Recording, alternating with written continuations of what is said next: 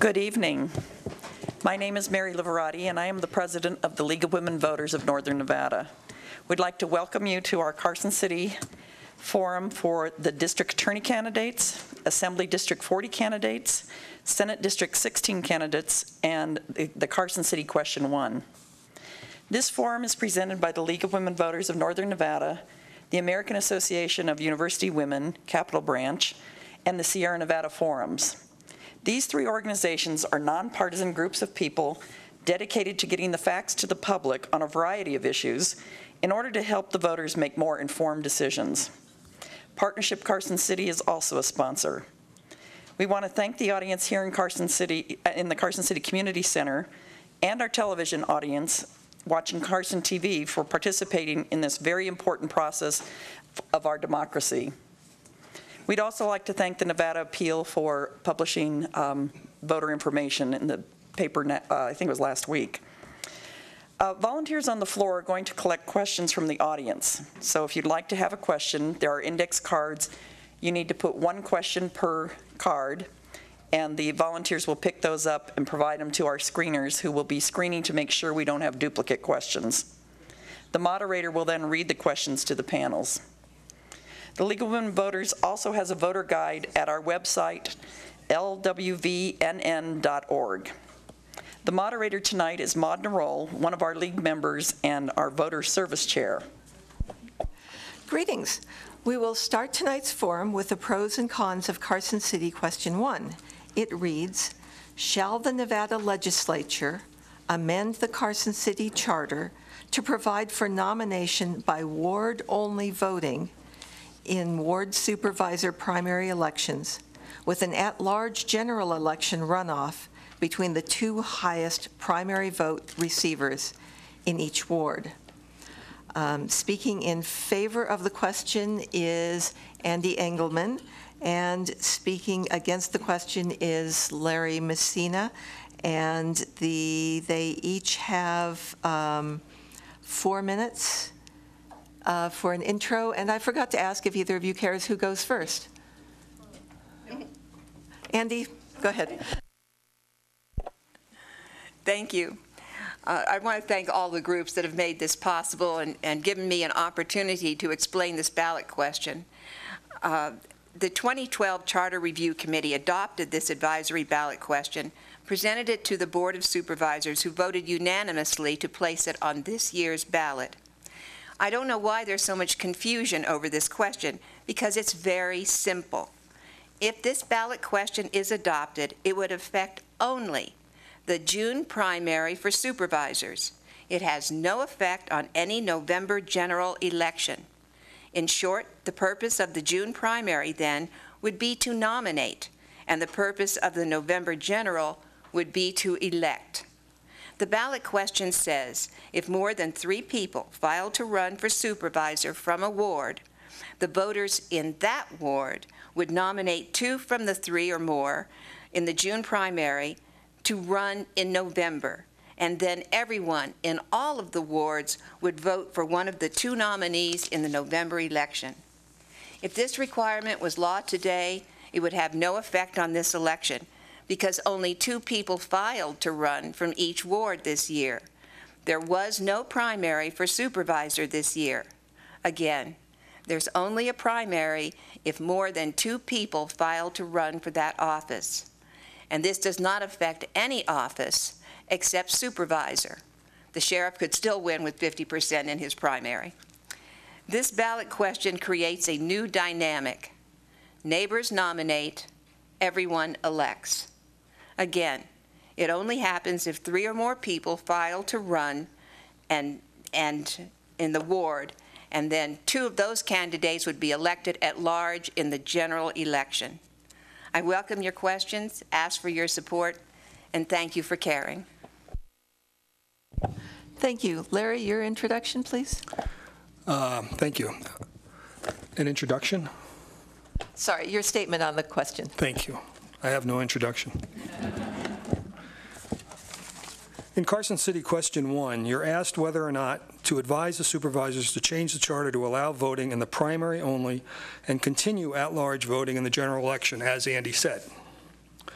Since the 50% plus one rule is excluded from this question, the ward-only voting will happen only if more than 2 candidates file for election in a ward. Again, as Andy said. The question itself is innocuous. It will have an impact only if 3 or more file for election. The board, however, could, at their discretion, decide to ask the legislature to change our charter to reflect this advisory question or expand it to ward voting in the general election also. Making such a change is much more significant. It would also suggest to the legislature that Carson City is in favor of some form of ward voting, encouraging them to act on their own. There are some who will vote against this question because it doesn't go far enough. Some really do want ward voting in the primary and in the general. My arguments against this question reflect that possibility. Number one, Carson City is a small town, and 5 people, mayor and 4 supervisors, set our city policies. As a voter, I want to vote for all 5, not just 2, the mayor and 1 ward. Voting for just 2 doesn't even allow me to vote for a quorum in a supervisor meeting. Ward voting disenfranchises us from voting for the other 3.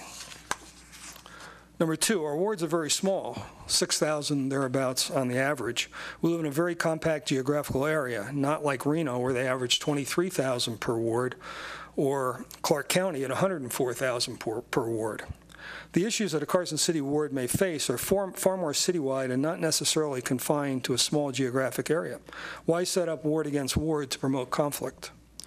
I want all 5 of our elected leaders to do what is right for our entire community, not just a single ward. Number 3, the argument is made that ward voting will allow candidates to focus on a much smaller geographic area, making it cheaper and easier to campaign. Do we want to make it easier for the politicians or more representative for the voters? Our history shows that normally whichever candidate spends the most wins. I don't think ward voting changes that dynamic. Money raised by a candidate speaks to his or her popularity. 4, arguments are made that ward voting allows minority candidates a better chance at election. The wards in Carson City are fairly evenly divided. 2 wards have about 16% minority representation, and 2 wards have about 25%. That argument doesn't work in Carson. In summary, why would we change a system that grants the voter maximum representation by voting for all 5 leaders to a system where you can vote for only 2? Why would you change a system where all the leaders are responsible for the entire system to a city where we pit ward against ward? Why would you change a system that gives maximum representation just to make running easier for politicians?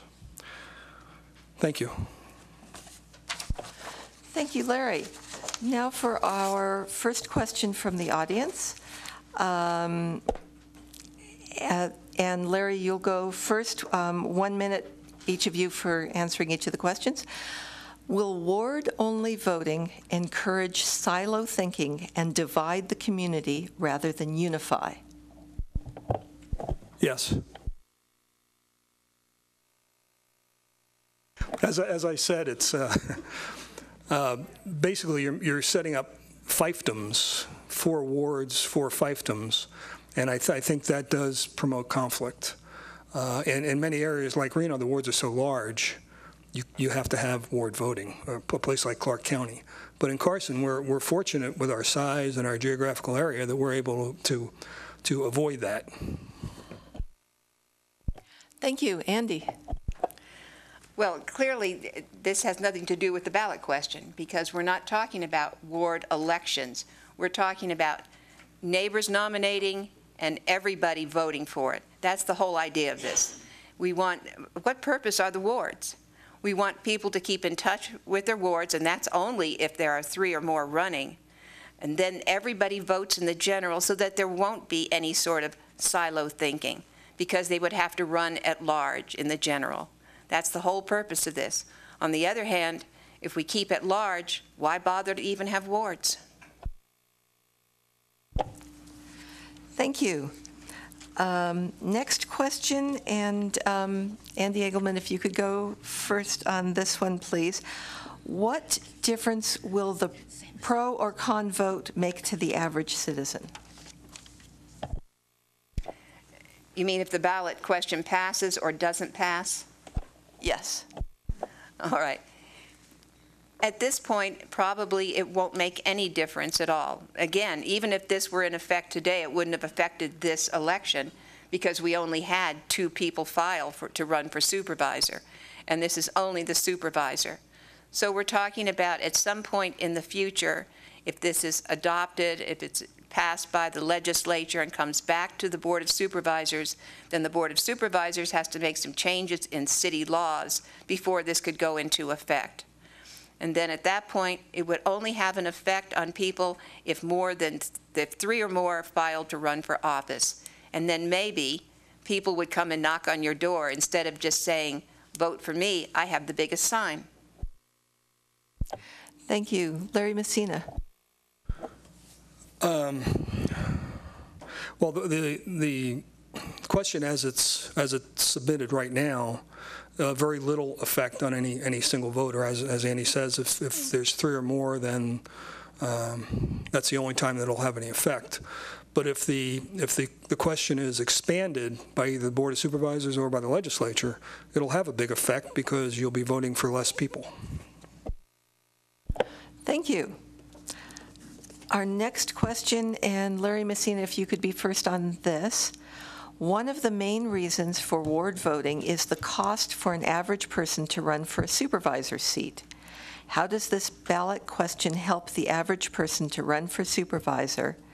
And how fair is it, second part of the question, how fair is it to the primary winner of a supervisory race to not win with 51% of the vote when all other candidates for office win in the primary?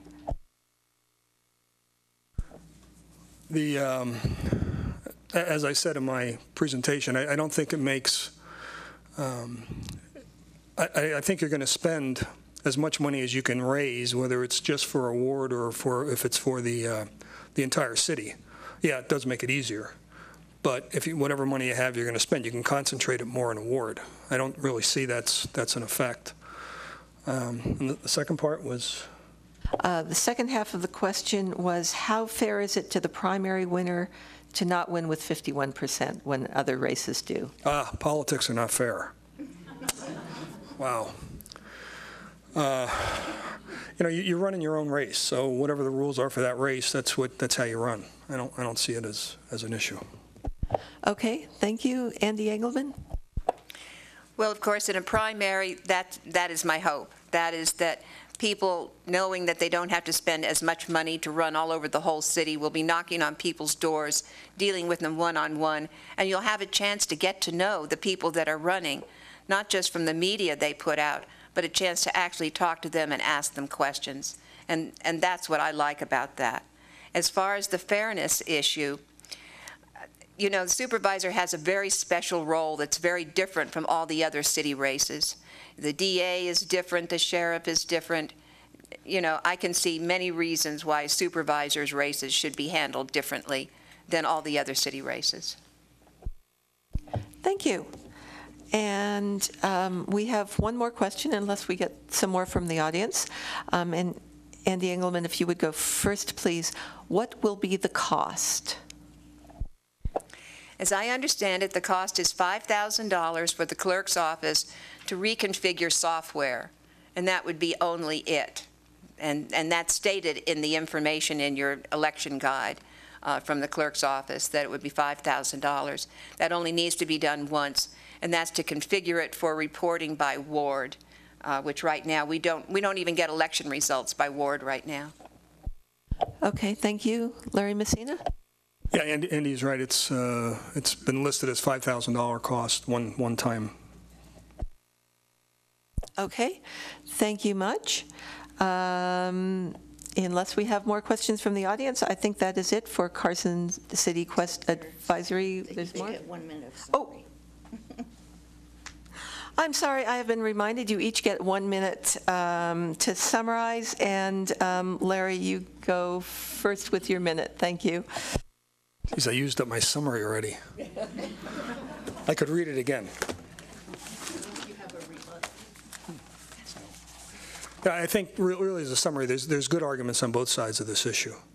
And I think that the argument about not being able to vote for all 5 is the most important, even though there are issues on the other side. So thank you very much. Thank you much. And Andy Engelman, your summary, please. Well, of course, Larry's doing a lot of what-ifs, and this is not what-if.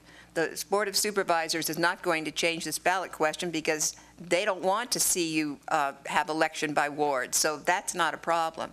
As far as the legislature doing it, the one thing the legislature cares about is a vote of the people, and that's what they generally will follow, the vote of the people. In fact, legislators will listen more often to what citizens have to say than they will to what the Board of Supervisors has to say. I think you know that almost everybody in Carson City is a lobbyist when the legislature is in town. And no one hesitates to go over and talk to a legislator and give them their opinion. So I don't see that happening at the legislature. Again, I think this is for greater outreach. And Carson City, you know, we rejected this when we were at 28,000 people. Now we're at 55,000 people. At some point, we're going to be large enough. Thank you. Thank you both. Now we will proceed with the candidates for Carson City District Attorney.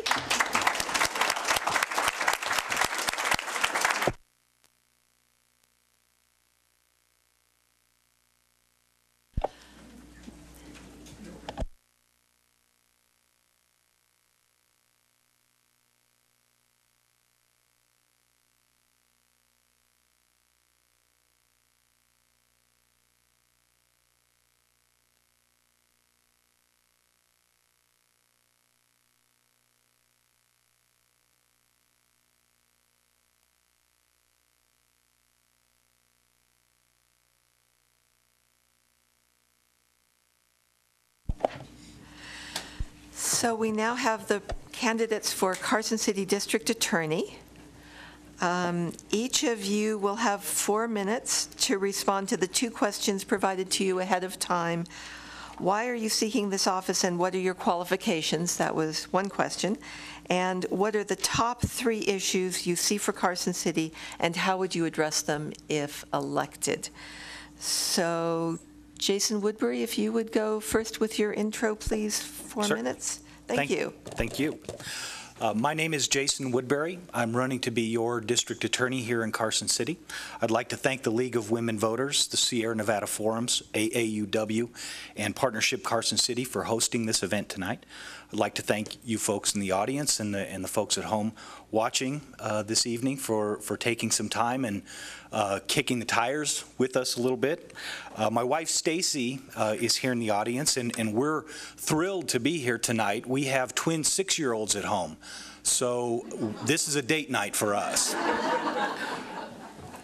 This is my first campaign for political office. And I know that a lot of folks don't know much about me. So let me tell you a little bit about me. I came here in 1998 after I graduated from law school. I clerked for Judge Michael Griffin at the beginning of my legal career. He was a district judge here for a long time, for about 30 years. And after clerking for Judge Griffin, I was lucky enough to be hired by then Carson City District Attorney Noel Waters. I worked for Mr. Waters in the DA's office for about 4 years, mostly in the criminal division, but later in the civil division. In 2003, I made a hard decision to leave the district attorney's office. And the reason I left was to help my grandmother distribute some assets from a ranch after my grandfather had died. Since 2005, I've been with a law firm that's now known as Kempfer Kroll. It's a statewide law firm. I've always worked in Carson City here. The focus of my practice is commercial business litigation, but in a small town like Carson City, you end up doing a little bit of everything. I've received several professional recognitions and honors. The most important to me is a peer review honor, which has awarded me the highest rating available in both legal skills and ethical standards by Martindale-Hubbell. Let me briefly discuss what I consider to be the 3 principal issues in this race. First, the retention of first-rate personnel. Some turnover in an office like the Carson City District Attorney's Office is expected. It can even be healthy.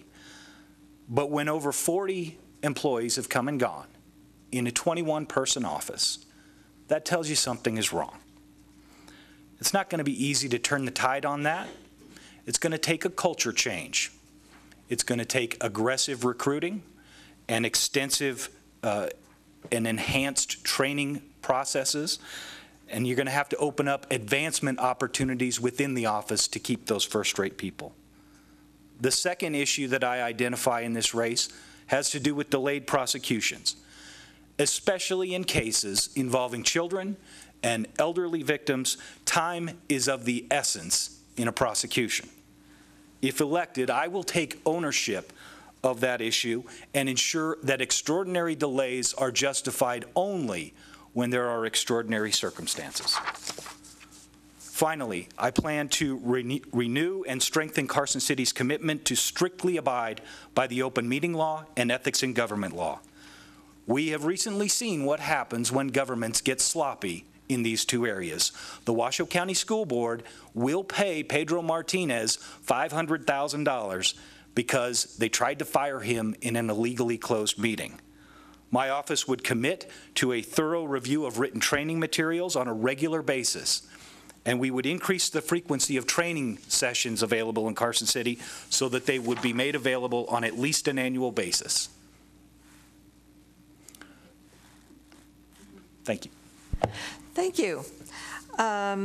Just one sec. After the opening comments, we will accept questions on index cards from the audience. We have people to collect cards. Each of you will have a minute to respond to each question. We'll rotate back and forth who goes first. And at the end, you'll have 1 minute for closing statements, and our timer there will display the time remaining for your responses. And Mark Kruger, your opening statement, please. Thank you. I'm Mark Kruger, and I would like the privilege of leading your district attorney's office. I would also like to thank the League of Women Voters and everyone here for coming to this forum and having our opportunity for us to speak with you and tell us a little bit about ourselves and what we'd like to do if elected district attorney. I have experience. I have been the Chief Deputy District Attorney, Assistant District Attorney in Lyon County for 6 years previous to being here in Carson City for the last 2 years as the Assistant District Attorney. I have done over 39 jury trials, getting ready to do my 40th jury trial. And these trials are tough crimes. They include sex assault, murder, embezzlement, tough crimes. And I understand victims. I understand what it takes to be tough on crime, but yet understand justice and apply it. And I bring this understanding, if I'm elected, to the district attorney's office.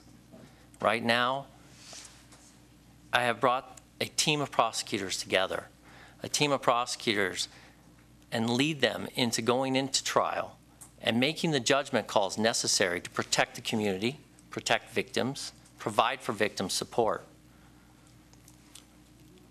There's been some turnover in the office, yeah. But that turnover is because people have gone on to better jobs or retired. The team we have now, since I've been there, is strong. I would like to expand victim witness service programs. Recently, we introduced the DOG program, DAWG, District Attorney Witness Guide, to help victims, to make sure that they have the comfort and support necessary to come into the courtroom and testify. That's the kind of thing that's needed as a district attorney. And my opponent here is supported, actively supported by defense attorneys. These defense attorneys are handing out flyers and information for him. Those same defense attorneys are the ones that cause the delay in cases. They're the ones that go before the court and ask for a delay because they know time is our enemy when we're prosecuting cases, especially cases involving victims that are vulnerable or children. And that delay is exactly what we want to prevent. Just like the case of the elderly gentleman who was robbed at gunpoint, 101 years old. We pushed to have that case resolved so that he could have closure and he unfortunately passed away on Friday. But we got him that resolution, and that's important, and that's what I bring to the table. It's about justice. It's about leadership. I'm saving money, implementing document scanning and electronic discovery. This is for taxpayers' money that we're saving. I would like the privilege of leading your district attorney's office, and I would appreciate your vote. Thank you. Thank you. We'll go to the first question from, in our question, and 1 minute each for answers. And Mark Kruger, if you would go first on the first question. It's a little bit long, I apologize. One of the major concerns expressed by those involved in the child welfare system is the amount of delay that occurs in child abuse cases. Children often have to repeat the stories to several different people in the system.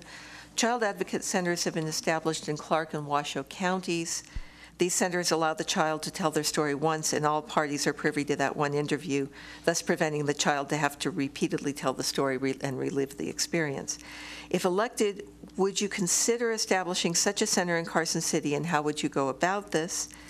And if elected, what would you do to ensure cases are dealt with in a timely basis rather than delays? Thank you. I've had a lot of experience with child abuse cases. Child abuse is both physical abuse and sex assault and child sex crimes. These types of cases are very emotional. They're very difficult for victims. It's the reason we have implemented the DOG program. It's the reason that we take the time to ensure that as much can be done for these kids that can be done, should be done. There's very much a skill in being able to prosecute a case that involves child victims. I've had experience with child advocacy centers. We've looked into bringing one in a rural community when I was working there, and it's a great opportunity if we can get it on board. It's the same as the hospital program, having the SANE program here in Carson City, rather than sending these victims of crimes all the way up to Sparks to have a SART exam done. This kind of advocacy program does work, but it takes a community to support it. I would reach out to the community, try to bring in that support and get it established. Thank you. Jason Woodbury? Thank you. I think we need to be realistic about what we can expect. Carson City is just not of a size currently that could support a specific child advocacy center. But here's what we do have. We do have the CASA program. We have a number of volunteers throughout this community who do receive special training and who are equipped to provide some guidance to these kids in these situations. But most of all, what the district attorney's office needs to do is they need to recognize what these kids are going through, and recognize, whether you blame the defense attorneys or the courts or whoever you want to blame, recognize that when you bring a kid to court to testify about a horrifying event like sexual abuse, and then you postpone it, and then you bring them back, and you postpone it again, you are doing tremendous damage to that child. You need to be prepared the first time this prosecution is ready to go, and you need to prosecute it. Thank you. The next question, and Jason Woodbury, if you would go first on this, please. What difficulties do you see with the medical marijuana dispensary ordinance? Will you recommend changes to laws to account for concerns, including laws about driving under the influence? Well, that's a great question, and in many ways we are in uncharted territory with medical marijuana. There are certainly doctors out there who supported the passage of medical marijuana facilities, but I also know doctors who think that it is not an appropriate thing to use for medication. And the upshot of all of that is that we just don't have a lot of data. We just don't have a lot of studies about what marijuana does in the human body. So we've got a learning curve here, and I fully expect that there are going to be changes in the law as we go along, as we learn more about the way that this particular substance is used. What we need to do in Carson City is, because this is new, we need to be strict and diligent in enforcement of the ordinances and the laws that are on the books, so that we give these facilities a fair opportunity to do what some doctors think they can do. Thank you. Mark Kruger? Medical marijuana has been passed, and that is a subject for another time. But the question here, and I think it is a good question, is what do we want to do? What are we prepared to do for crimes that may increase because of medical marijuana? There is no question driving under the influence of medical marijuana or marijuana of any kind is a crime, and it's dangerous to the community. We will aggressively prosecute DUIs, whether it's from alcohol, marijuana, or any other controlled substance. Medical marijuana is new, and it is going to require us to look at whether or not there might be a necessity to bring about some laws to address the impacts, especially the edible products that come about because of the medical marijuana. But again, the question here is, if there are crimes that are related to the medical marijuana, those are what are most concerning, so that we can prevent this community from being at risk and keep it safe by prosecuting those crimes. Thank you. Next question, Mark Kruger, if you could go first, please. The city manager meets every week with each supervisor to go over policy issues like contracting out services. At meetings, proposals for work are brought to the board for approval. How does this practice fit with your interpretation of the open meeting law? The city manager has the opportunity to meet with his department heads. The open meeting law is very clear. It is when you need an open meeting, when you have a public body that meets. That's a public body is supported in whole or in part by tax dollars. I'm very much a proponent of open government. Very much want to make sure that if the meetings are held in a manner that create more than one person, public body, that meeting would be subject to the open meeting law and open to all public members. I've had a lot of experience with the open meeting law. As a senior deputy attorney general, I wrote open meeting law opinions and helped with the investigators to investigate open meeting law complaints. The open meeting law was also something that I have sat with many boards, licensing boards, commissions, county commissions, and have made sure that these boards follow the open meeting law, open government. Thank you. And Mark, yeah, thank you. Jason Woodbury? Thank you. And this really goes back to the critical need to have increased frequency of trainings and make sure that our employees and our officers have a complete understanding of the open meeting law. Because look, the reality is the Board of Supervisors meets twice a month, okay? Now, that is the time when, by law, by the open meeting law, they're required to deliberate and to discuss and to go through that process. But these individual meetings have value, important value, because in order to make decisions, we need the supervisors, each of them, to have a lot of information that can't necessarily be conveyed within the context of a meeting for a few hours or even a full day. So the open meeting law is not meant to cripple government, and it's not meant to put government officials in a position where they have to make decisions based on only information that can be gathered in the course of a relatively short meeting. So I think these are appropriate as long as they're informational gathering only. Thank you. The next question, and Jason Woodbury, if you could start back up again, please. Are you supporting the state question 1 on starting a state court of appeals?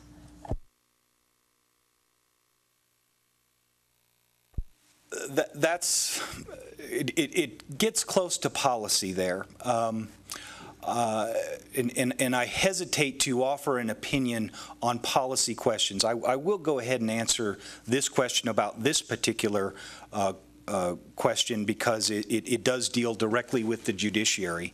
I think that the Supreme Court has demonstrated a need and a justification for an intermediate court of appeals. But I personally will be voting against this. And the reason I'll be voting against this is because I think there are different methods by rule that the Supreme Court could adopt and reduce this caseload. And if they utilize these methods, reducing frivolous appeals is really what I'm after. Had they utilized these methods and still demonstrated the need, then I would be fully on board with this question. But I'd like to see some more effort. Thank you. Mark Kruger? Well, it is an interesting question because it does put us at odds. Here we have the Supreme Court, who we practice under on a daily basis, actively advocating for an intermediate level court of appeals. And then we have our own opinions as we work day to day practicing in front of the Supreme Court. I'm hesitant as well, like Mr. Woodbury, to actually make a decision out in the public on this, but from what I have seen, the Supreme Court has demonstrated that they do need an intermediate appellate court. However, I don't know whether or not that intermediate appellate court is due right now or in the near future. It's something where I think individual voters need to look at it on both sides and talk and read about the information, just like we're doing here today, to make an informed decision about whether they believe it's time for an intermediate level of court of appeals or not. It's certainly an interesting question and one that has arguments for both sides of it. Thank you. And Mark Kruger, if you would be first on the next question, please. What factors would influence you when pursuing a death penalty case? The Nevada legislature has provided aggravators and mitigators in pursuing any death penalty case. Those aggravators are listed in the NRS, the Nevada Revised Statutes, and you have to look to the aggravators, and you also are required to look to the mitigators. Mitigators are things such as whether or not the defendant has a criminal history, how old this defendant is. The aggravators are how violent the crime was, whether or not there was torture involved, the age of the victim. Those are aggravators, and you've got to weigh the both of them in pursuing a decision of whether or not to actually pursue the death penalty. Those aggravators and mitigators are not discretionary. It is something that you must look at, and it's a reason that you take the time to look to see whether or not the evidence is there for either making the decision to move forward with a death penalty or not. Thank you. Jason Woodbury. I agree. You know, the statute in Nevada law provides the aggravating and the mitigating factors, but there's more than a legal question here. Let me state clearly that I am in favor of capital punishment. I do believe that in an appropriate case I would pursue that. But a capital case for a single defendant in this community is going to cost you $500,000 to prosecute. And unless somebody knows something that I don't, Carson City is not prepared to absorb that kind of cost without some kind of dramatic impact in another area of the budget. So that's one thing you got to consider. Another thing you got to consider is when you talk to the loved ones of the victim of that crime, you better tell them this, that since the death penalty was reinstituted in Nevada in 1977, this state has executed one person who didn't voluntarily be executed. They're much more likely to see this person die of natural causes in prison. They need to know that. Thank you. Our next question, and Jason Woodbury, if you would be first on it, please. This is from someone in the audience who has concerns about Carson Tawa Hospital not providing rape kits and for exams for rape victims, and asks, what is your position, and will women and young girls be able to count on evidence being collected? Well, that's what they need to be able to count on. And I'll tell you, I watched the meeting here where there was that discussion about Carson Tahoe Hospital refusing or rejecting or declining to employ a SART nurse, somebody specialized in these collection procedures. And it alarmed me. I couldn't believe it. So I called Carson Tahoe Hospital, and I met with their chief nursing officer, and I met with their emergency room manager and talked to them about it.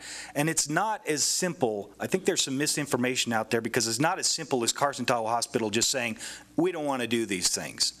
It's a matter of competency, and their position on it is that there is not a sufficient number of exams in Carson City, which is a good thing, to keep somebody competent in that field. The other piece of misinformation out there is that they have to go to Sparks to have this examination done. That's not true. They can go to a facility on Longley Lane, which is about a 20-minute trip. Is it ideal? No, but I'm not ready to condemn Carson Tahoe Hospital for making the decision that keeps people competent in this field. Thank you. Mark Kruger. I've sat in the same meetings, and I can tell you, there are 2 nurses in this area that are absolutely competent. They were trained by Debbie Robinson, who is a competent nurse out of this same facility in Reno.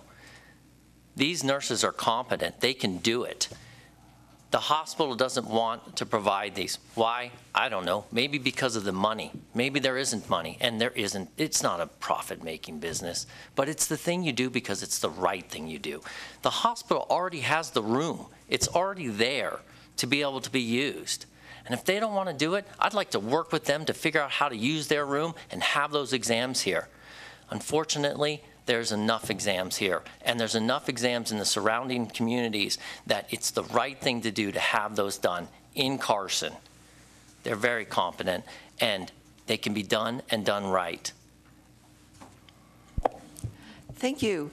And now we will hear the candidates' closing statements. Mark, if you would go first, 1 minute each, please.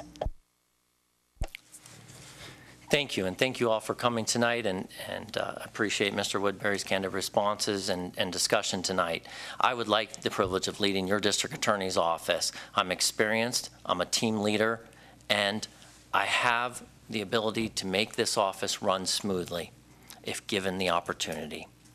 I would like very much to reach out and make the Victim Witness Services program, expand it, make it the best program we have, because that's what it's about. A DA's office serves the people of the community. We keep the community safe, we provide justice, and we take care of victims.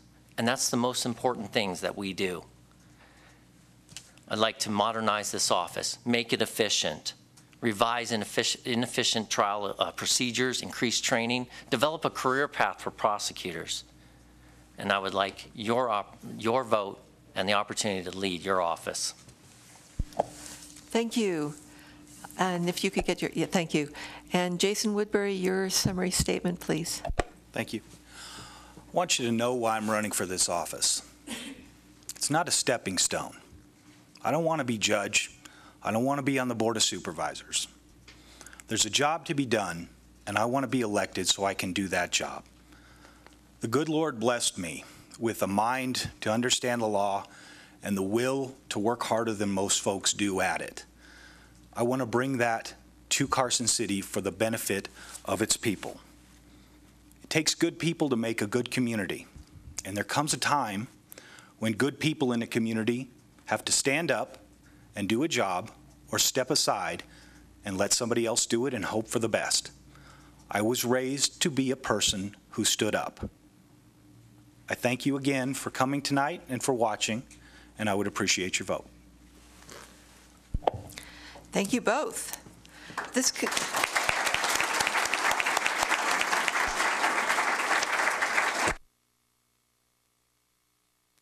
concludes this section of our forum. We thank the district attorney candidates for coming. We will take a short 5-minute break, and then we will hear from Assembly and Senate candidates.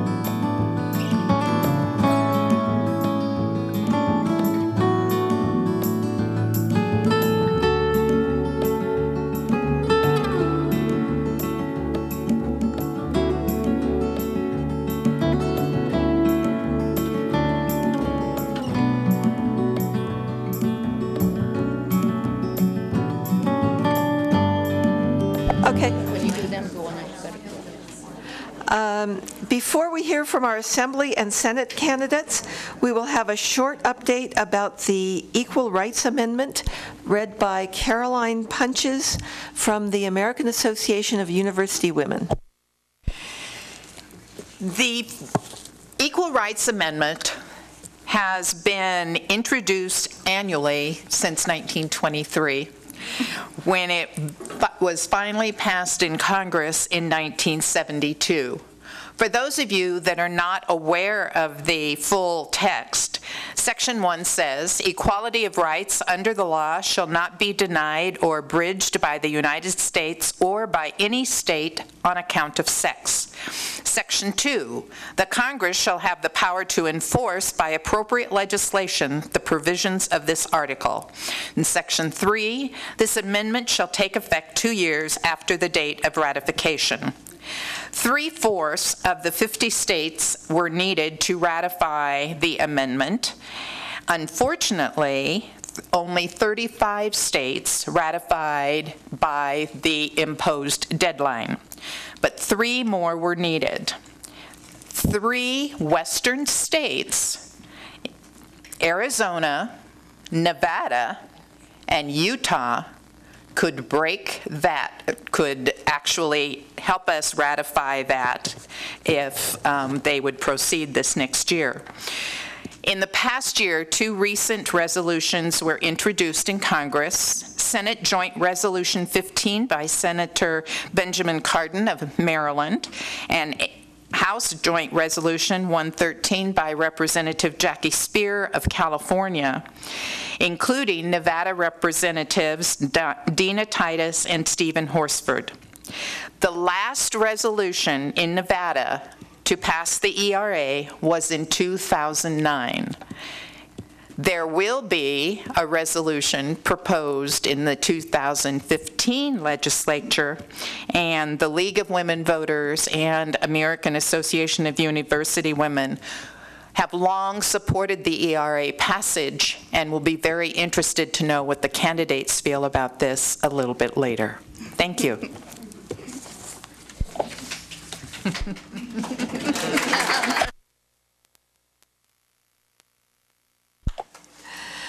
Thank you. The next section is for Assembly and Senate candidates. They're up there all together. Running for Senate Assembly District 40, we have from, in alphabetical order, Dave Cook, Philip P.K. O'Neill, and John Wagner. And then for State Senate District 16, John Everhart. Incumbent Ben Kiekeffer is absent, as is Michael Kelly. Each of you will have 4 minutes to respond to the for an intro, to respond to the 2 questions provided to you ahead of time. Why are you seeking this office, and what are your qualifications? 1 question. And what are the top 3 issues you see for Nevada, and how would you address them if elected? After your opening comments, we'll accept questions on index cards from the audience. Each of you will have 1 minute to respond to each question, and at the end, you'll each have a minute for closing statements. The timer will display the time remaining for your responses, and probably turn it just a little bit. If we could start in alphabetical order with, please, Dave Cook for Assembly District 40. Thank you very much. I want to give my appreciation to the American University Women and the League of Women Voters. And I want to thank all of you who are here tonight participating in this very important process. And for those who are watching, thank you. Thank you for being here. Thank you for listening. I'm Dave Cook. I came here in 1980 with my family, and I've raised my 2 children here, my 2 daughters. Since 1989, since 1988, I served on the local school board, And I'm so proud of what our local school district has done. There's nobody that does it better than Carson City does. We do it right. We've done it best. And I served as president in 1993 when John McKenna started on the local school board. I'm dating myself. And I went on to the State Board of Education and then served on the Carson City Charter Review Commission for a couple of years, and then back onto the State Board of Education for my final, and this is my final term. I'll finish 12 years in 2016. What do I think is important and why am I running? Well, I've been in almost continuous service since 1988 to my community, but education needs have now gone simply beyond what we've experienced in the past. We've created a wonderful accounting system. Our accountability system will be that I'm proud of for the State Board of Education is going to be one of the best in the nation. But teachers can't perform without the resources that are necessary. Our community college needs facilities and faculty if they're going to have the kind of vocational programs that are necessary to help our economy grow. Our local government needs resources if they're going to provide the needs to senior citizens that should be enhanced. If our police, our fire, our emergency medical response facilities need to be constantly upgraded. What makes this a wonderful community to live in, and that's really what's most important, quality of life in Carson City. Cultural, recreational, arts events, all of those have been hugely successful in Reno, attract residents and attract visitors to Carson City. It's critical that we be able to continue and expand on that, but those take resources. And if we just use a no new taxes mantra, we're likely to find ourselves in a very difficult situation in the future. But it has to be the right kind of approach to restructuring Nevada taxes. Certainly the teachers' tax initiative is a flawed and dangerous and harmful tax. There is no denying that. But we must find other resources to help our communities, to help our schools, to help our community college. And that's what I think is very important. It's, again, making Carson City the most wonderful place and continue to be the most wonderful place to live. I'm proud to have served on the local school board. I'm proud of what we've done. I'm proud of what we've done for accountability in the State Board of Education. The legislature tasked us with an incredibly complicated issue, and we've done very well. They're signaling running out of time. Thank you very much for listening. I appreciate it. Thank you. P.K. O'Neill? I'm P.K. O'Neill, the Republican candidate for Assembly District 40. I would like to commend the League of Women Voters, the American Association of University Women, Sierra Nevada Forum, and Partnership Carson City for hosting tonight's event. And thank all of you here tonight or watching on TV at home for being so involved and interested in our political process. As I have walked around the neighborhoods of the Capital District, I've often been asked, why am I running? The answer is really very simple. I'm running in what I see as a commitment to a life of involvement in community service, giving back to the community to help make it a better place. I want to continue the tradition in our district of assembly members who have worked with diverse groups to make the community into a better and safer place. My qualifications include the experience that I have gained during my career, my education, and history of working and serving others. I am retired from a 40-year career in law enforcement. When I retired, I was serving as division chief of the Nevada Department of Public Safety Records and Technology Division. I had a staff of 145 and a $40 million budget. During 4 sessions of the legislature, I represented my division on legislation and budget issues. I developed relationships with both Republicans and Democrats. After I retired, I continued to assist on issues as requested. That's why I've earned the endorsement of Governor Sandoval, Assembly District 40 incumbent Pete Livermore, Assembly Minority Leader Pat Hickey, numerous civic organizations, businesses, and community leaders. My education includes a Bachelor of Science degree from Sierra Nevada College in Business Management and numerous Peace Officer Standards and Training courses, attaining advanced management and executive level certifications. I graduated from the FBI Law Enforcement Executive Development Command College and have worked with the FBI as a subject matter expert. My education also includes the wisdom I have gained in talking with the residents of the Assembly District. What I will bring to the legislature is my ability to listen, evaluate, to work with others, and then make decisions based upon principle. First, among the top 3 issues facing Nevada is creating an environment for economic growth and diversification. The news about Tesla choosing Northern Nevada is exciting. Today's announcement of a $9.9 million grant for workforce education to our community colleges is just a small example of what is to be. We must work to take maximum advantage of the opportunity that is provided to us. We must also work to eliminate excessive taxation like the margins tax. Another key issue affecting Nevada is developing the resources of our K-12 schools and community colleges.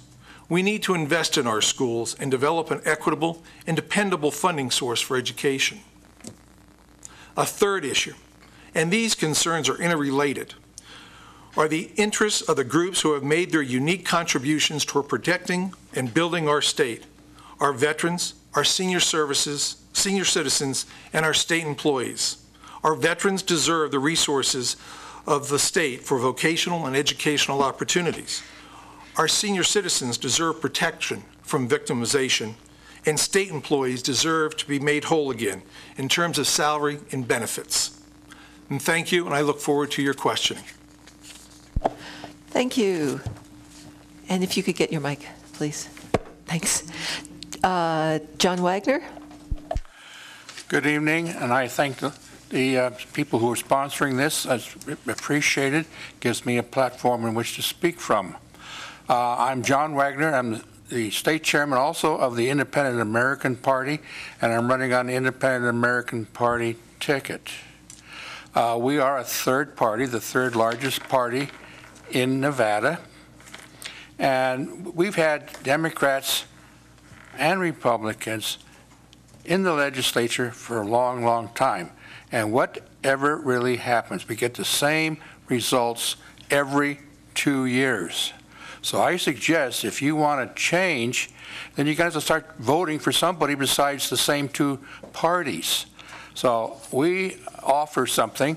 I have here in my hand, it's our party platform, which I personally pledge to you to follow.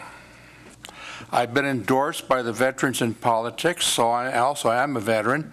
I served in the United States Army, peacetime, not wartime. I have a bachelor's degree in electrical engineering from Cal State Sacramento. And as an engineer, I've always been a problem solver. I worked for a company that was based in Orange County, and then later on in the UK.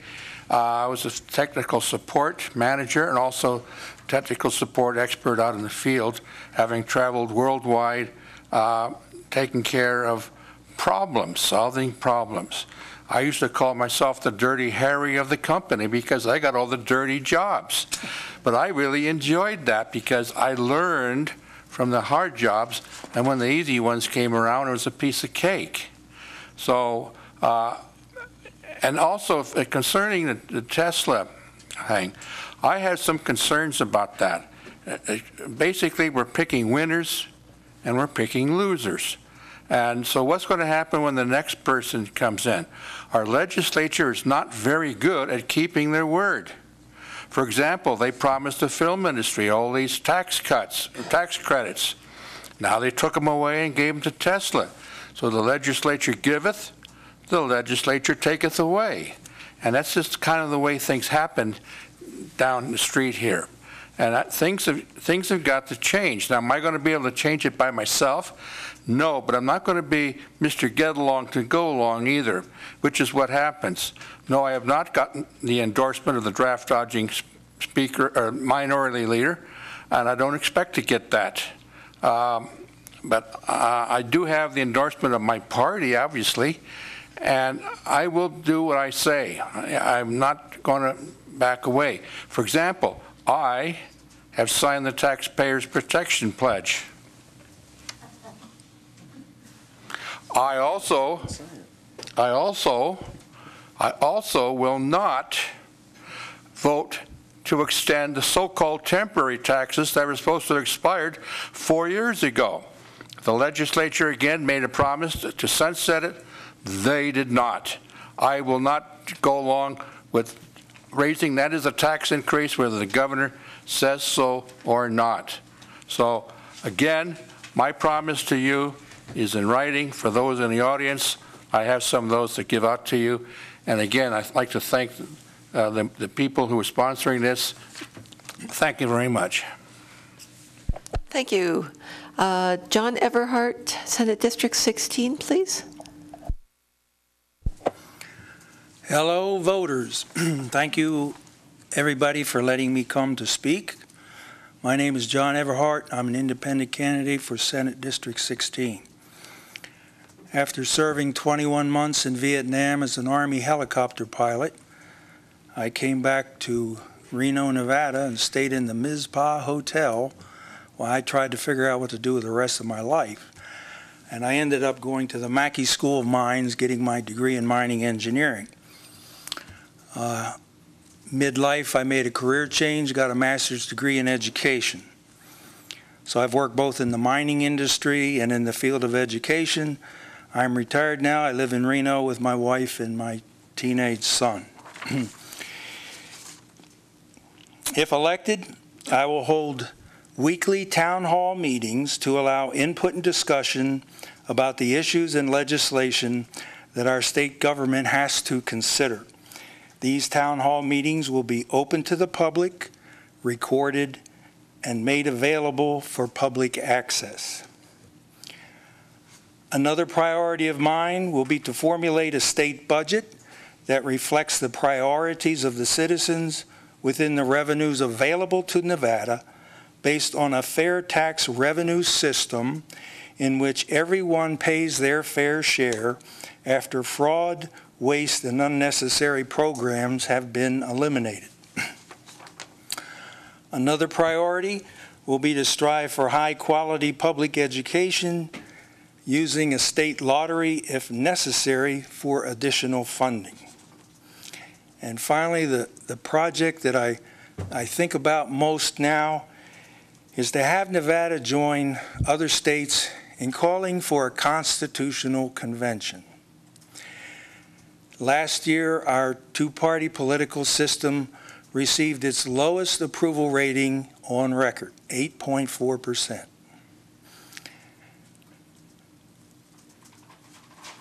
I am one of the 90% that don't think our two-party political system is functional, and I don't think it's going to fix itself.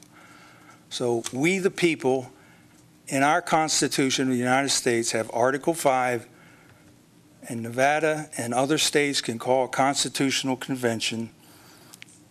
And if we do that, we can propose some amendments, like imposing a debt limit on congressional spending, setting term limits for Congress and the Supreme Court, removing powerful special interest groups and their big money from our political system.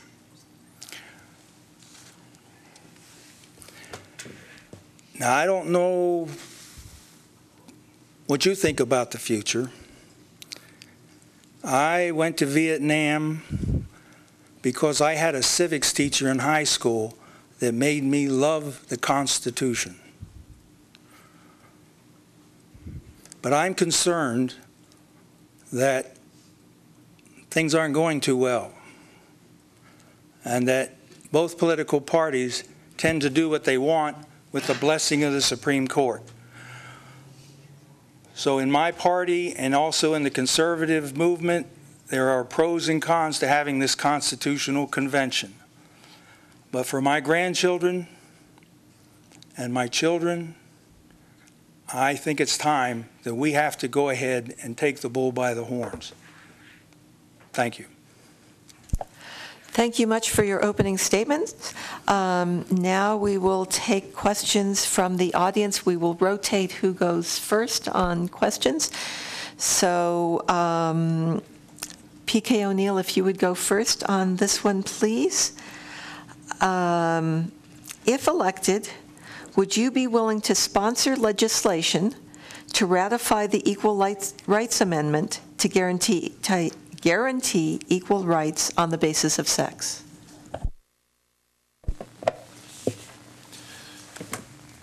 That's an excellent question, and one that actually I'd like to hear more about, because as they constantly say, the devils are in the details. If it's been up for so many times before and is discussed, there must be something more than the simple issue of equal rights for sex, because in all honesty, if it was that simple, I'm in full agreement with it. We have equality across the board. We should have it. There is no difference to me. The statement in the Bible and in our Constitution of all men are created equal, I think is a figurative, not a literal statement. But I would like to hear more discussion on the matter before I commit to a sponsorship. Thank you. Thank you. John Wagner? No. The reason why is because this has been debated. It was given a 7-year time to pass by the Congress, and it didn't make it. They extended it for 3 more years, and during that time, I think one state pulled out of their endorsement. Now they want to come back with it. It's over, it's done, it's finished. It should not have to come back again. Now, as far as equal rights for women, I think they got more than that now. Ask my wife. But truthfully, I believe there's equal rights for everybody, and I don't care what your sex is or what your color or what your ethnic background is. I believe in equal rights for everybody, and I think we have it now. I don't think we need an equal rights amendment. Thank you. Thank you. John Everhart? Well, if we get my constitutional convention, then we certainly can address that issue. And if it's important to have an equal rights amendment, to get, I keep seeing, every once in a while I keep seeing these buttons that the women make 66 cents and the men make $1 because of unfairness. So, maybe there a case can be made that we've got to have something that allows men and women to have the level playing field. Thank you. Thank you. Dave Cook? That is a very good question. My 2 daughters would be very disappointed in me if I didn't say yes. But there's truth in the fact that the phrase, the devil's in the details, also matters. But it's time to have this debate. It's time to see how people feel. And proposing it in the legislature would have its purpose and would move it forward into public discussion and to public consciousness and public awareness, which is where all important issues should go. So, yes, I would propose it. Thank you much. The next question, John Wagner, you're first up for, please. What is your position on State Question 3, the education initiative, also known as the margins tax? I am definitely opposed to that. I feel it's going to be a job killer. education is not as bad off as we like to think it is, or like the teachers like to tell us it is. So I think I would much prefer, if they wanted to really reform that, why don't we try vouchers? Give so much per student. We'll say it's $5,000 per student, and we'll say a private school charges $3,000. Well, that means there's $2,000 left over that I can go back into the other schools and help then the kids that are falling through the cracks. Oh, but the way it is now, it's just, I don't know how to explain it, but the margins tax is not the way to go. I do not want to see jobs die off in this state. Thank you. Thank you. And if you could hit your button, please. Thanks a bunch. John Everhart?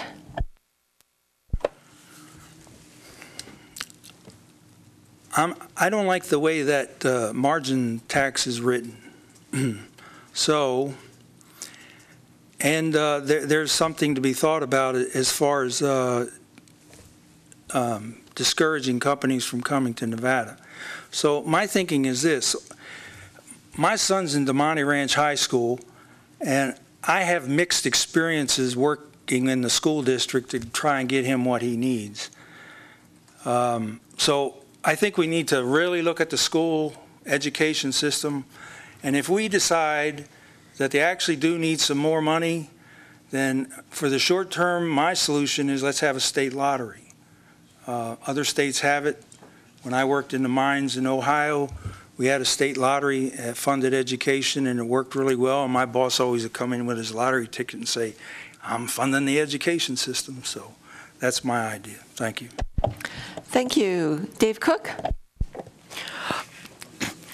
As I've said, the margins tax proposal is a very, very badly written piece of tax law and will be very harmful to small businesses, the economy all the way across the state at almost every level. That's not the way to get the necessary funds to help improve education.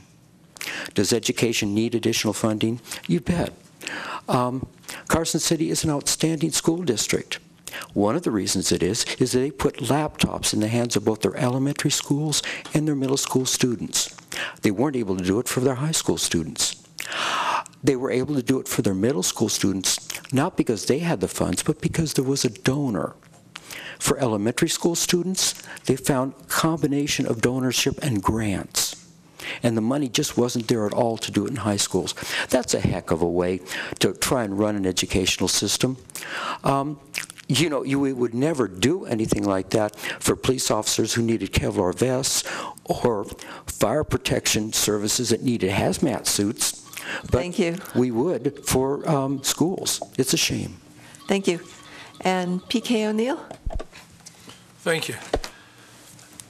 It's a horrible tax. I think we've all agreed on that, at least the four of us standing up here or sitting up here. It's regressive. It'll damage our economy as we are recovering from a horrible recession that we've experienced. Part of the fallacy or part of the problem within the tax, the way it's written, the initiative is written, is there's no guarantee that the money that the state contributes towards education will stay in there. And there's a lot of other pressing issues. We've got health care issues that are going to come up this year. Right now there's some information, and it appears that we may be starting our new session with almost $80 million in the hole. So there are a lot of issues dealing with the 2015 legislature. And if they have the chance to take money and put it from someplace else, if this passed, they'll do it. Furthermore, in my walkings and talkings, I've talked to several businessmen that says if this passed, they will close down in December, and they'll put out approximately 100 plus employees out of work because they will not be here come January 2015. Thank you. Thank you. The next question, John Everhart, if you would be first, please. Staying on the subject of taxation, do you support the constitutional amendment on the state ballot regarding the mining tax? And the second part is, what is a fair tax on mining that you would support?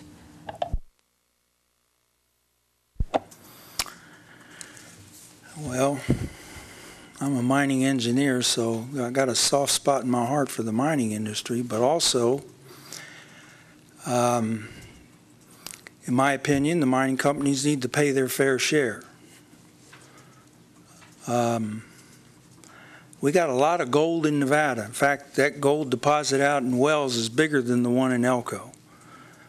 I mean, it's billions and billions and billions of dollars worth of gold.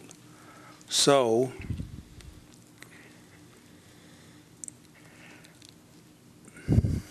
the way that question is on the ballot, I'm not sure I can support it because it doesn't give me details. And we do have to answer the question, what is the fair share? What is the fair share of the revenues coming out of the gold mines, et cetera, that we should be collecting for Nevada? Thank you. Thank you. Dave Cook? Simply put, it's time to take a look at mining taxes. We've reached that point. However, what would I suggest that we do as an enhancement to simply backing away from the old mining tax law from the 1800s? Many states have a depletion trust account where money goes into, and then money in turn is saved up and provided. Since basically mining is a depletion kind of activity, the gold is, unlike other natural resources, when mining resources leave, they're gone. We've extracted and removed them. So a depletion allowance would help save up, in a trust fund, would help save up resources to provide for the future needs that are no longer satisfiable by those minerals being available. Thank you. P.K. O'Neill? It's a difficult question to answer for you. The recovery of minerals, whether they're gold, silver, or whatever they may be, is extremely expensive, and it's extremely volatile. In the 2013 legislature, when they were putting the budget together, they projected gold to be at over $1,400 an ounce. Reality today, it's under $1,200 an ounce. That's what's caused part of the issues in our taxing in our base budgeting system right now. We have to actually look at expanding out and looking for more stable funding sources. Mining has historically made this state. Its suppliers, it's just not the mines themselves that pay taxes, but all the suppliers, the vendors that are interacting with mining in the rural communities. So I think we've got to look at it, and we've got to have a further discussion on our mining tax. I continue to keep it where it is in the Constitution, however, though. Thank you. Thank you. And John Wagner? Yes, I oppose that particular question as well, because it is a depletion.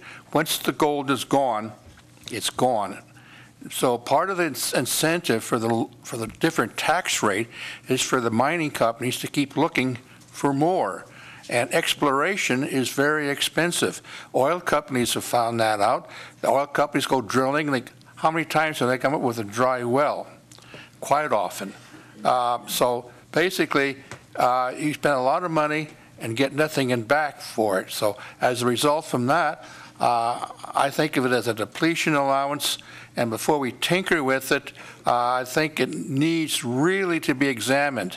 Now, whether it's the right rate or not, that I don't know, but it would be interesting to have someone find out. Thank you. Thank you. Our next question from an audience member, Dave Cook, you'll be first up, please. Do you believe increasing climate instability is caused by human activities? If yes, what is the role of government to counter this instability? And if no, on what basis do you refute the conclusions of every National Science Academy in the world? I love simple questions. I want you to know that right now. Wow. Fundamentally, climate change based upon human activity on the globe is a concept that I accept. the ability to deal with it effectively and economically is a much more challenging issue, because what you're asked to do now is to create potential government restraints over our lives. And yet, some of these activities may be harmful. And responding may vary from CO2 activity, carbon emissions, to controlling cow emissions, methane. But the point is, we need more investigations on the most effective ways of considering restraining the greenhouse effect. Thank you. P.K. O'Neill. Can I pass and just wish Spencer Fitzgerald his happy 8th birthday? In all honesty, I believe in the free enterprise system. I think government is here. We should set parameters. It is an issue that has been actually debated. There is arguments to both sides on whether it is man-made or it's a natural occurrence. But I think government should just set standards. Free enterprises already start to evolve and come in forward to lessen. We've shut down some of the coal plants. We're looking towards alternative fuels, alternative energy sources. So I believe the government should just be there to support and allow free enterprise, allow science to continue with their work at this and addressing the issue. Thank you. Thank you. John Wagner. Yeah, I do not believe that so-called climate change is man-made. We got a great big ball up on the sky that comes up every morning and goes down every night. That has more effect on the global warming than any other device. We should be good stewards. We should not pollute the air. Obviously, we don't like to breathe noxious fumes, but we're now coming out with electric cars. Now, that's energy. How are you going to power the generators that create the electricity for the electric cars? So it's, I think it's man-made. No, not at all. And by the way, there's several scientists now who are refuting it, and also in the last 15 years, there really hasn't been any real climate change. Thank you. Thank you. John Everhart? Well, I mined coal in Kentucky for many years, and I can tell you there's no such thing as clean coal. Now, so I think we're contributing to the climate change. And what I'd like to see, I'll give you the solution right now. If Tesla turns the whole country into electric cars, yahoo, but we got to generate the electricity, okay? So we can do windmills. I mean, you always see the alert from Reno to Carson. Alert, wind alert. Well, why don't we have windmills? We got geothermal. We got the largest solar mirror plant in Nevada. And there is a safe nuclear power plant called liquid fluoride thorium reactor. Google it. It's safe. They've had it for 40 years, but it doesn't generate weapons-grade material. That's why they went with light water. Thank you. Thank you. P.K. O'Neill, first up on the next question, please. Speaking of electric cars, bringing the Tesla Gigafactory to Nevada is being touted as one of the best things for Nevada economic growth. If elected, how will you ensure state government is able to meet the increased demands for services, transportation, education, need for qualified workers, and other impacts? That's a broad question.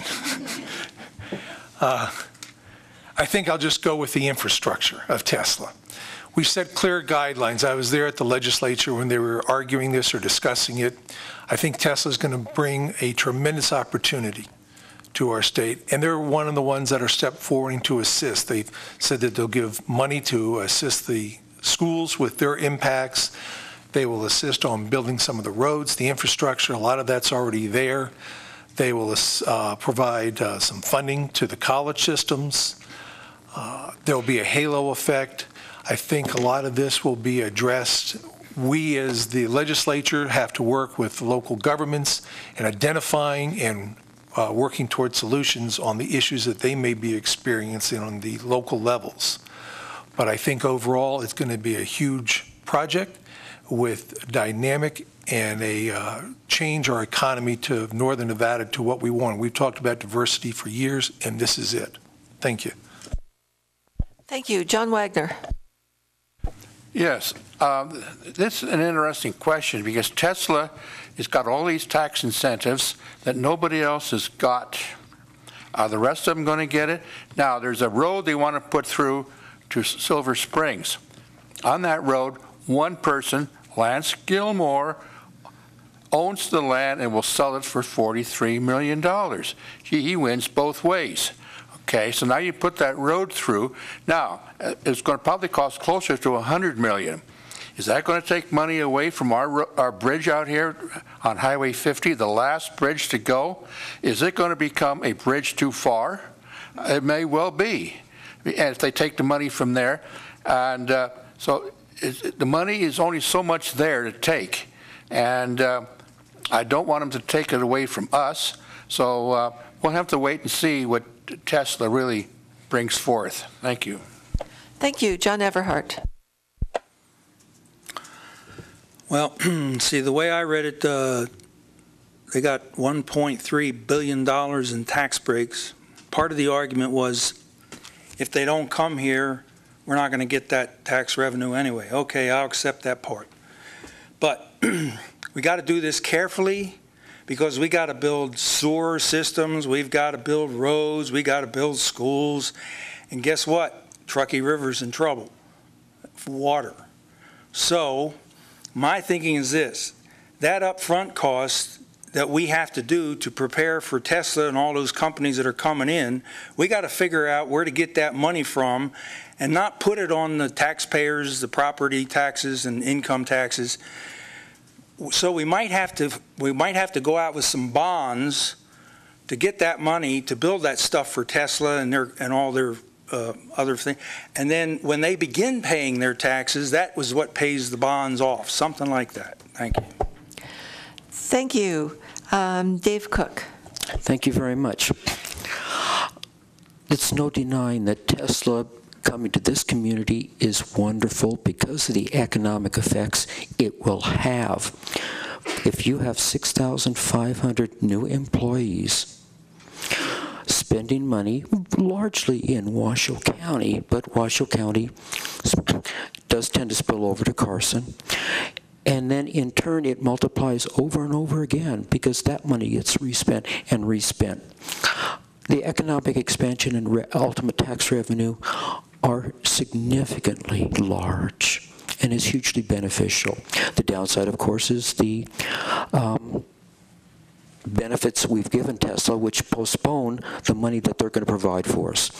The $35 million going to K-12 will be totally diluted throughout the entire state when Washoe County alone needs $30 million in infrastructure correction right now. It's going to be a challenge. We've got to come up with more funding to pay for the things that people need. We've got to come up with new solutions. Thank you. Next question, John Wagner, you're first up. Question from the audience. What specific ideas to balance the budget will you propose? This is a two-part question. What specific things will you undertake to make state employees whole? Well, I think we have a big problem in the state, and it is not taxes, not more taxes. It is spending. We spend money like it's going out of style. Whenever they come up with a budget, it's, well, we got $10,000 this year. We're going to ask for 10% more. We'll probably settle for 6. So it's always up, up, up, up. Nobody has done a case study except the SAGE Commission that was commissioned by Governor Gwynn. They came up with over 100 different ideas on how to cut spending. Not one has ever been implemented. So that's what we need to do, is get a control on spending, and the funding will take care of itself. Thank you. Thank you. John Everhart. Nobody likes to pay taxes, but it's the price of government, what kind of government you want, what kind of services you want. So here's the way it works. I went to the Nevada Taxpayers Association workshop. There's a committee that estimates how much revenue we have. Then the governor comes up with the budget. Then it goes to the legislator, where everybody comes in, I want this, I want that, let's do this, cut it. Now, as far as revenue goes, Nevada Taxpayers Association has 150 items that can reduce government expenditures. 150. So there's a lot of money right there. Second, they estimate if we just collect the taxes, sales tax on the internet that we don't collect, we'll get $100 to $300 million. So those are the kind of things we can do. Thank you. Dave Cook? There's no doubt that we need more funding. We have employees, state employees served as the bank account that helped keep the state going during the Great Recession by taking furloughs and pay cuts. And restoring that is critical. We need to bring in more money. There's no denying that. What would I do? I sure don't like the idea of more property taxes and more sales taxes, because that's what goes on your shoulders. That affects you. That's what you pay. That's not fair. You're already paying enough, but somebody's got to come up with more revenue. So simply put, you create a gross earnings tax and you apply it to interstate chain stores, whose pricing mechanism is controlled by the Robinson-Patman Act. Interstate chain stores, prices are the same all across the nation for a given item. Prices won't go up. They can't go up. Thank you. And P.K. O'Neill, please. Well, the first thing is I want to hear the governor's budget. He has to present to the legislature a balanced budget. Then there'll be discussion on that. So we start with a balanced budget, and we'll address that in the legislature and the needs, and hearing from you, the citizens and my constituents in Assembly District 40 is how we'll address balancing the budget and what things should be added and or subtracted. But I want to tell you this. Government cannot tax its citizens into prosperity. We do not need any new taxes, I believe. We need to work within our system, find stable funding sources, and go from there. That's what I believe. As for the state employees, after 30 years in state and government, I know what they've given, and they deserve to be made whole again. If it isn't included within the governor's budget initially, I would promote the educators, educate the legislators in what a state employee does, and look for revenue trigger mechanisms so they can be made whole. Thank you. Thank you. Next question, John Everhart, you are up first. What are your opinions and solutions to UNR and community college budget cuts? Well, you know, there's a little college out in Elko called Great Basin College, and they got whacked hard. So I think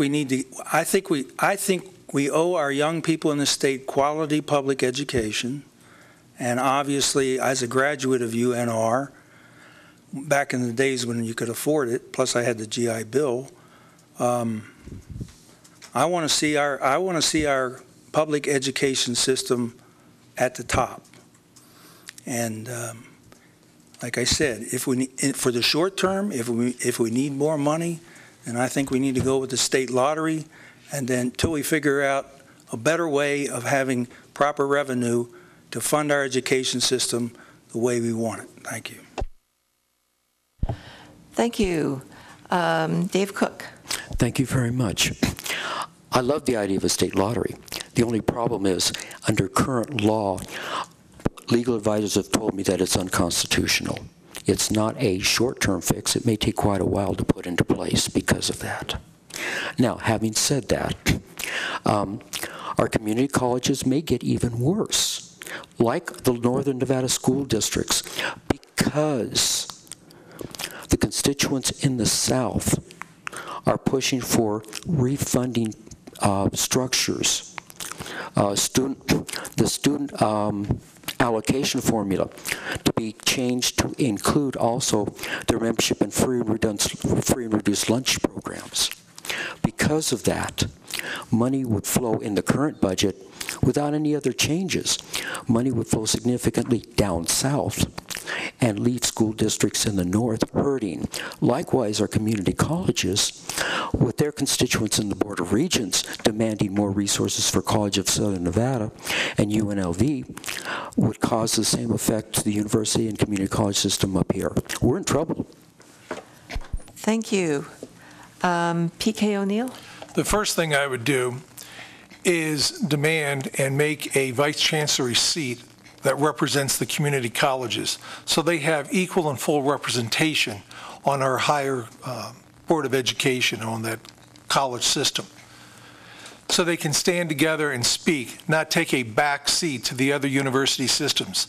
There's a vice chancellor's seat now for IT. Why not for community colleges? To me, they should be there. The second part is the community colleges need a stable funding source, which I think they're going to attain, and I would assure that as their representative in the legislature. Things such as the latest grant, as I mentioned in my opening speech, of $9.9 million to create a workforce. That'll go to all the colleges, but the majority of that is going to go to WNC to create an educated workforce to provide for the various training needs for the businesses that are out there and what they need. So I think it'll self-correct themselves, and we've got excellent leadership there now to address that. Thank you. Thank you. John Wagner? Well, I think what we need to do is we need to examine just what are the university professors doing. Now, when I lived in California, in Sacramento, my wife did some research for Governor Reagan, and we found out at the University of California at Berkeley level that a lot of the professors only taught 6 hours a week. What did they do with the rest of the time?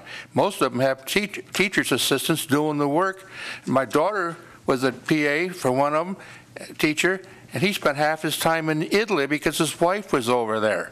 So I think they need to be doing more teaching. They're worried about research. I ask you, what kind of research does an English professor do? An engineering professor, yes, they may be doing some research, but that's what private industry is for. They're the ones that develop the products. They're the ones that make the money. So why we have government money? Why don't we have the kids learn something by the teachers teaching more? Thank you. Thank you. Next question, Dave Cook, you are up first. What is your position on oil and gas exploration and development in Nevada, including fracking? I support oil and gas development. I want it done safely. I want it done in a way that doesn't damage our geology or ecology, but we need more energy sources. Energy is becoming more expensive, and it's critical for the success of our communities that both the revenue that will come from these sources as well as what the resources provide for the quality of life in the communities throughout the state will provide. Appropriate regulation in the process is critical. Thank you. P.K. O'Neill. I also must say we've got to look at allowing the exploration. Just recently, the state just finished setting stringent regulations on procedures for the fracking. There's a huge oil reserve that's in southern Nevada going over into Utah. They feel that they have set the regulations that will safely allow for the fracking. The federal court just recently, within the past week, has allowed for the sales of these leases to the land, but it has not happened yet. There's still a few hurdles. There's still an environmental impact that needs to be done, and I'd like to see that before I commit and allow it to happen in our state. But I think we're setting out the proper groundwork, the building blocks to develop a safe procedure, mechanism for this fracking, and as such, grow our economy, continue to grow our economy. Thank you. Thank you. John Wagner. Yes, I believe that we have many reserves in Nevada for oil exploration. We know it's there. It's a matter of we should take it out. And then we should take it out in a way that does not harm the surrounding communities or the ecology. For example, we were told that the pipeline up in Alaska was going to be a disaster to the caribou. The caribou never had it better, because what do they do between their feeding grounds? They use the pipeline, because that road is kept open all the time because of the safety of the oil. So yes, we do have a need for oil. Gasoline is still very expensive, and it could drive the prices down. So yes, we do need to develop it, and we need to do it now, not wait until 20 years from now and then say, oh, it's too late. Thank you. Thank you. John Everhart. Well, I remember the deep horizon in the Gulf of Mexico because those companies were cutting corners, created a tremendous amount of damage. So I'm not a big fan of these fossil fuels anymore, but if the people of Nevada want it, then they need to make sure that these companies are bonded so that if something happens, like a Valdez oil spill or a Deep Horizon event, that it gets paid for by money other than taxpayers. Thank you. Thank you. Next question, P.K. O'Neill, you're up first. And staying on the energy question, Nevada is rich in renewable energy, especially solar and geothermal. Do you see renewable energy as an important resource for Nevada? And if so, what plans do you have for continued development? Rate structures for power companies discourage use of renewable energy, especially at the individual or residential level. Do you see a need to restructure the rate schedules to encourage use of renewable energies? I can either make that simple or a long, involved answer.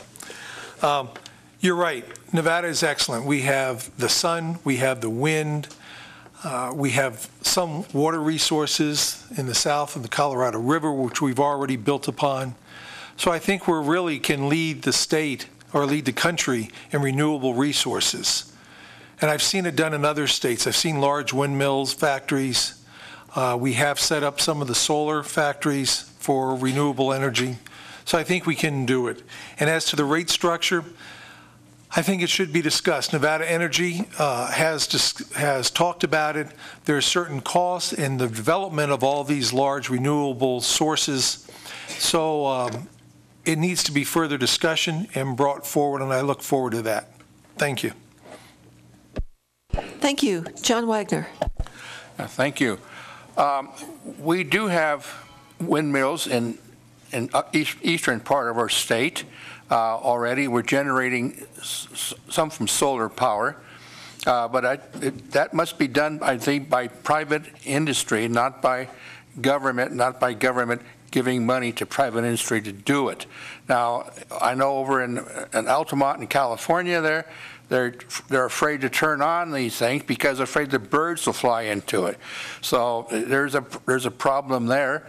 And they need to put some kind of windscreens or some kind of, not windscreens, but some kind of screening to keep the birds out. Because obviously the birds going in there. But there's also a maintenance problem with those. So I'm not so sure that maintenance-wise, that how many of them are running and how efficient is it. So, but it's something that private industry should do, and we should take every advantage of anything we can do for energy. Thank you. Thank you. John Everhart. Well, in my old age, I'm a big fan of renewable solar and Nevada geothermal. Amazing. We got a lot of geothermal. We got a lot of solar with the sun.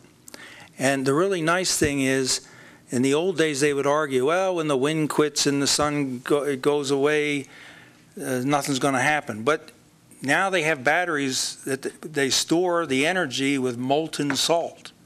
So in other words, these things can be running And the molten salt is what stores the energy, and then when nighttime comes, the molten salt goes down and runs the generator. So you still got it 24/7. So I would like to see Nevada lead the way, and I think whether you believe in climate change or not, why take a chance? Why take a chance? I mean, Mother Earth can fix itself by raising the temperature 5 degrees. That's in history.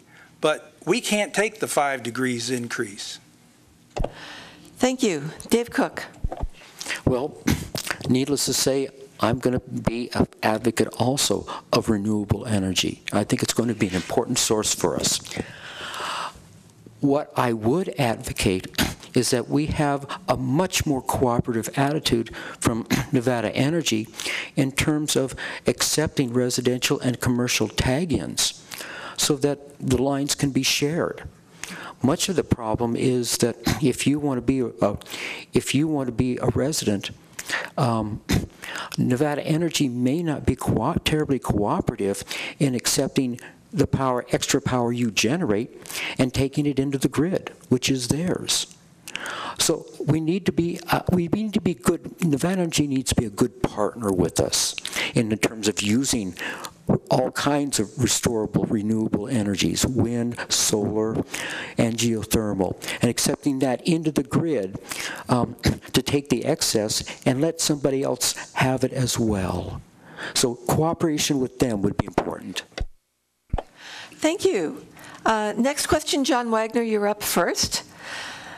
What difficulties do you see with the medical marijuana dispensary ordinance? Will you recommend changes to laws to account for concerns, including laws about driving under the influence? And are you in favor of recreational marijuana? Recreational marijuana, no. However, I did speak at the legislature in support of medical marijuana.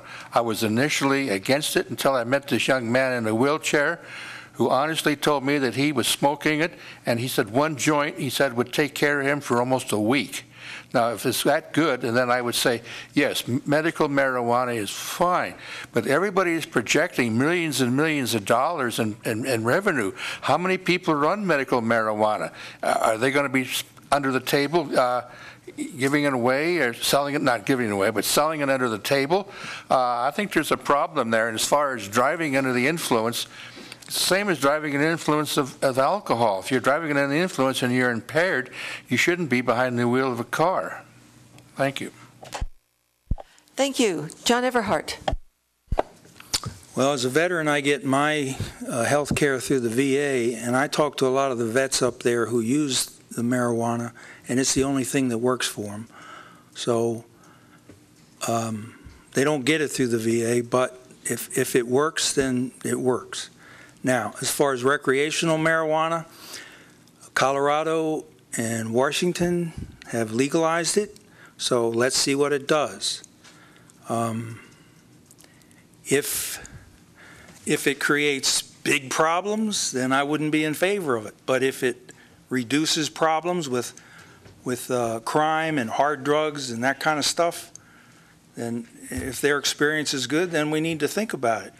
I mean, if you're a libertarian, or you got a libertarian streak in you, and you're an adult, and you can use alcohol, and marijuana works for you, then so be it. Thank you. Dave Cook. There's a lot of allegorical information that medical marijuana provides significant benefits. Needless to say, driving under the influence is going to be detection, may well be a serious challenge. I think it can be solved, but because the way we detect levels of marijuana, it may be problematic to do the best technical approach. When it comes to recreational marijuana, this is where the laboratory of the states works best.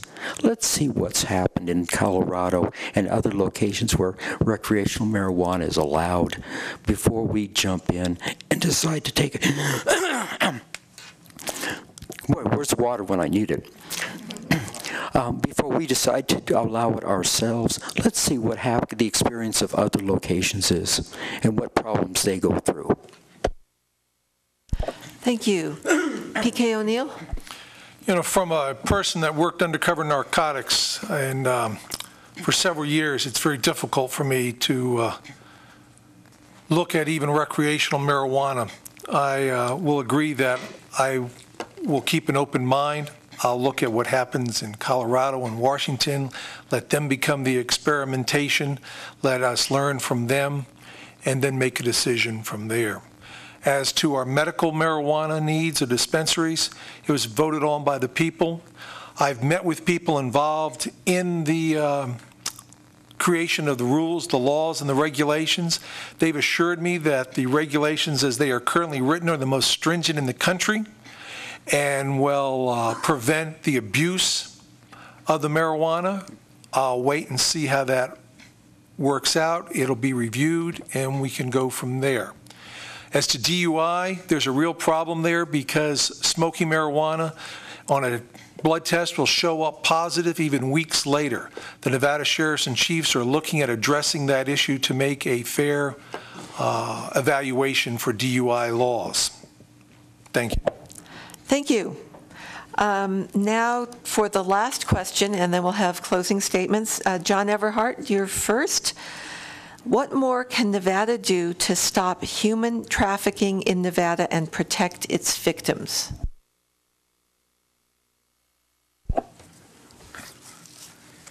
Well, I assume we have laws on the books that address that. If we don't, then we got to put the laws on the books. And if we do, then we have to enforce it. My son belongs to a human rights group in his high school. He brought home a sheet. Back in the days in the United States when slavery was legal, it would cost you $40,000 in today's dollars to buy a slave. Today, in this world, you can buy a slave for $90. So, boy, that really shook me when I read that statistic. So to my way of thinking, there is no room, no way, no shape, no form for anything like abducting people and using them as slaves. Thank you. Dave Cook. Needless to say, human trafficking is a heinous kind of crime. And it's going to come down to regulation and enforcement by law enforcement individuals to successfully ferret out those who conduct it, those who benefit from it, and those who proffer it. So this is largely an enforcement issue from my perspective. If there are laws that need to be put on the books to enhance enforcement, I'm more than in favor. But I see this as a need for enforcement and resources for enforcement to ferret out those that engage in this kind of activity. Thank you. P.K. O'Neill. I agree. We need to enforce. John Hambrick, Assemblyman from Las Vegas, has spearheaded human trafficking issues. I want to continue to work with him. We've increased laws now where people that deal in human trafficking have to be reported on the sex offender registry. I think we need to look at actually taking some of our narcotics laws and seizing some of their property, their benefits that they've gained from human trafficking. Seize those and put them to government use, to put them to human trafficking. We also need to educate. We need to outreach, to look at the victims of human trafficking, provide them with alternatives. Once they've identified, give them victim witnesses, assurances, education, and bring them back into mainstream because it truly has traumatized them physically and mentally. So we need to do both, enforce, outreach, and educate on this program. Thank you. Thank you. John Wagner. Human trafficking is a worldwide problem, not just here in Nevada. Here in Nevada, we can hopefully control it. We have to go out and get those people who are doing it. Mostly are men, or there may be some women involved, but they're basically who is being exploited? It's usually young girls and women. And they've got a pimp or somebody that's forcing them into it, and this is wrong. And we ought to go after those people. If we need to make new laws to take care of that problem, then we need to do it. Because I know over in India, it's a real problem over there. In fact, my wife and I sponsor a female child over in India. If it wasn't for that, she probably would be in the brothels in Mumbai by now. So that's the way it works worldwide, and I hate to see that happen anywhere in this world. Thank you. Thank you. Now we will go to 1-minute closing statements, and continuing in the rotation, Dave Cook, you are first.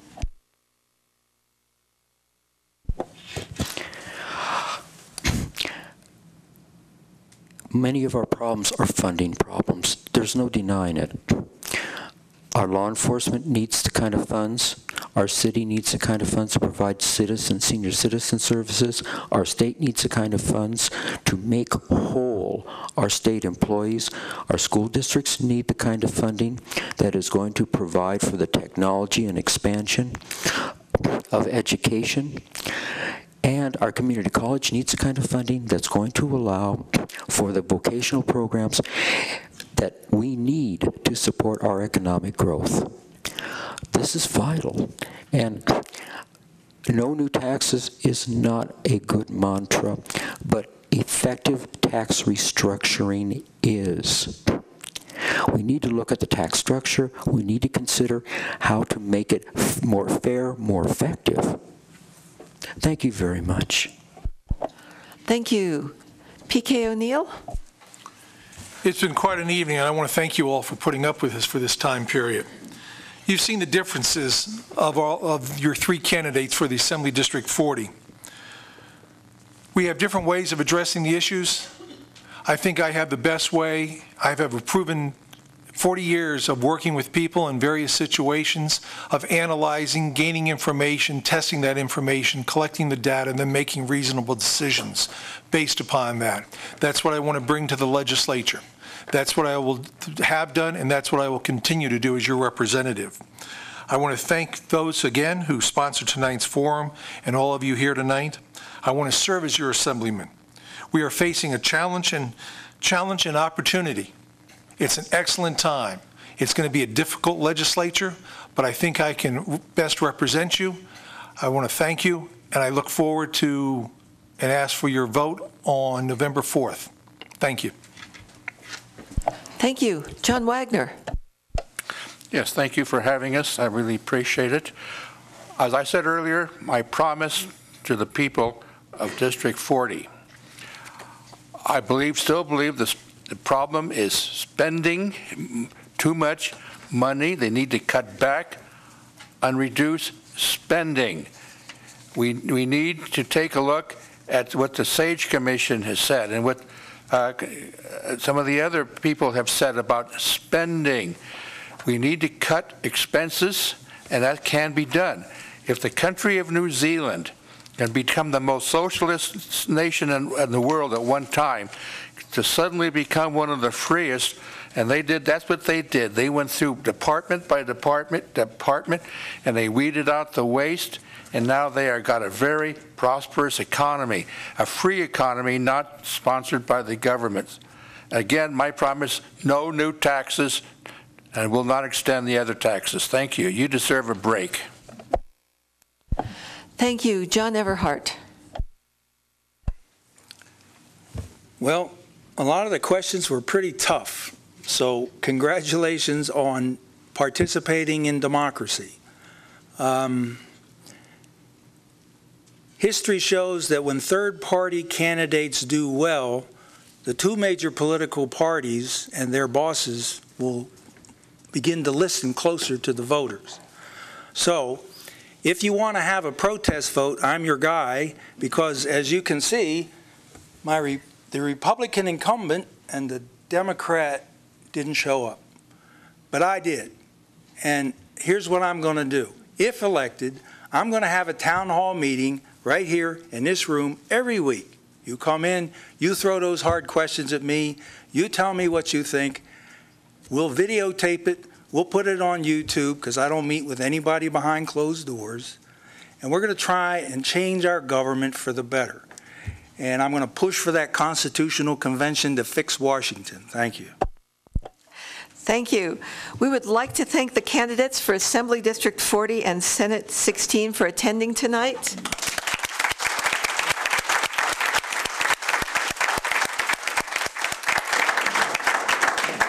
Thank you. Tomorrow night, same room, same time, we will have candidates for several state constitutional offices and candidates for Congressional District 2, Mark Amadei and Kirsten Spies. Will be here tomorrow night, so I'm hoping you'll all come back. The League of Women Voters has a voter guide on our website, lwvnn.org, stands for League of Women Voters of Northern Nevada. We would like to thank Carson TV and the Nevada Appeal for covering this event. League of Women Voters, American Association of University Women, Partnership Carson City, and Sierra Nevada Forums would like to thank the speakers, the many volunteers, and the audience for all of the participation tonight. Our 4 forums will be rebroadcast on Carson TV Channel 191 until the election. Thank you again, and good night.